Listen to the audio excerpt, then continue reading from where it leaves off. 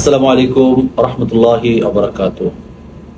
গতকালকে সোশ্যাল মিডিয়ার কল্যাণে একটি নিউজ চোখের সামনে চলে আসছে, আর সেটি হচ্ছে কিছু যুবককে পুলিশ গ্রেফতার করার ঘটনা। আমি টোটাল বিষয়টা একটু খুলে বলছি। সেটা হচ্ছে কিছু যুবক তারা মার্শাল আর্ট প্র্যাকটিস করে। তো মার্শাল আর্ট প্র্যাকটিস করার কারণে দুইজন যুবককে পুলিশ ধরে নিয়ে যায়। তো দুইজন যুবককে যখন পুলিশ ধরে নিয়ে যায়, তো তাদেরকে কেন, কোন অপরাধে পুলিশ ধরে নিয়ে গেছে সেই বিষয়ে জিজ্ঞাসাবাদের জন্য বা সেই বিষয়ে জানার জন্য ওই মার্শাল আর্ট যে শিখায়, ওই মার্শাল আর্ট প্রশিক্ষণের যেই প্রশিক্ষক রয়েছে, ওই প্রশিক্ষক এবং তার সাথে আরো দুইজন স্টুডেন্টকে নিয়ে তারা থানায় যায় বিষয়টা তদারকি করার জন্য কিংবা বিষয়টা যাচাই করার জন্য। তো যখন ওই শিক্ষক সহ আরো দুইজন থানাতে যায়, তো থানায় কর্তব্যরত পুলিশ অফিসার তাদেরকে গ্রেফতার করে আইনের হাতে বা আদালতের হাতে সোপর্দ করে। তো বিষয়টা হচ্ছে যে আমাদের দেশে কোনো প্রকার মার্শাল আর্ট প্র্যাকটিস করা কি অপরাধ কিনা? যেহেতু অপরাধ না, বাংলাদেশে বিখ্যাত অনেক মার্শাল আর্ট সেন্টার রয়েছে।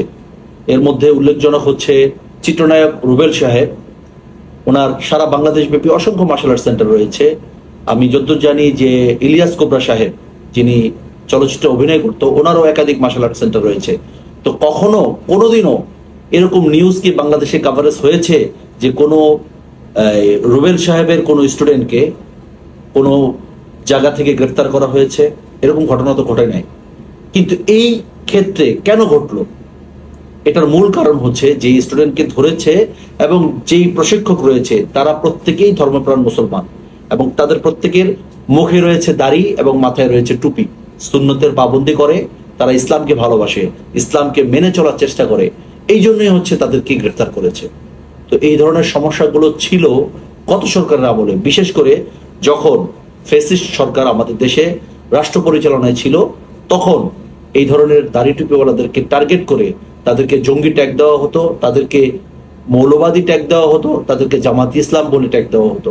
এখন এই সময় জুলাই আন্দোলনের পরে আমরা একটি নতুন সরকার চেয়েছি, একটি নতুন রাষ্ট্র কাঠামো চেয়েছি, যেখানে দাড়ি টুপি পরা কোনো অপরাধ হবে না, টুপি পরা কোনো অপরাধ হবে না, দাড়ি রাখা কোনো অপরাধ হবে না, পাঞ্জাবি পরা কোনো অপরাধ হবে না, নামাজ পড়া কোনো অপরাধ হবে না। যেহেতু আমাদের দেশ মেজরিটি মুসলমান, যেখানে 95% মুসলমানের দেশ হচ্ছে বাংলাদেশ, সেই দেশের মানুষ ইসলামকে পালন করবে, ইসলামের শরিয়া বিধানগুলো মানবে, এটাই তো স্বাভাবিক। তো সেই জায়গায় কিছু যুবক যখন ইসলামকে মেনে চলছে এবং তারা যখন মার্শাল আর্ট প্র্যাকটিস করছে, তারা শরীর চর্চা করছে, তারা ব্যায়াম করছে, এটা এখন সাধারণ মানুষের দৃষ্টিতে দৃষ্টিকটু হয়ে দাঁড়িয়েছে। আইন প্রশাসনকারী সংস্থাগুলো তাদের পিছনে ঝাঁপিয়ে পড়ছে তাদেরকে আইনের কাঠামোর মধ্যে নিয়ে আসার জন্য। এখন এই জন্যই কি জুলাই আন্দোলনে মানুষ জীবন দিয়েছে? এই জন্যই কি এত অসংখ্য তাজা প্রাণ বাংলাদেশের মাটি থেকে ঝরে গেছে? তারা প্রত্যেকে চেয়েছিল বাংলাদেশ একটা নতুন বাংলাদেশে রূপান্তরিত হোক, যেখানে প্রত্যেকটা নাগরিক তার নাগরিক অধিকার নিয়ে বাঁচবে। কিন্তু কোথায় আজকে সেই নাগরিক অধিকার? কোথায় বাংলাদেশে মানুষের নাগরিক অধিকার?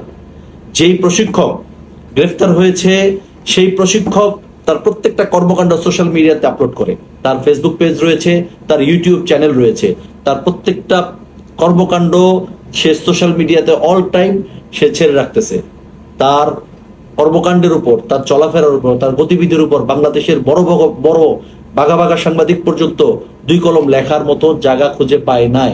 অথচ অথচ যেই থানা পুলিশ তাদেরকে গ্রেফতার করে আদালতে চালান করে দিচ্ছে। এটা আসলে দুঃখজনক। এই জন্য আমরা এই প্রবাসীদের পক্ষ থেকে আন্তরিকভাবে প্রবাসীদের পক্ষ থেকে জানাচ্ছি যে এটার সুষ্ঠু তদন্ত হোক এবং এটা সুন্দরভাবে ঘেঁটে দেখা হোক এর অন্তরালে অন্য কিছু রয়েছে কিনা।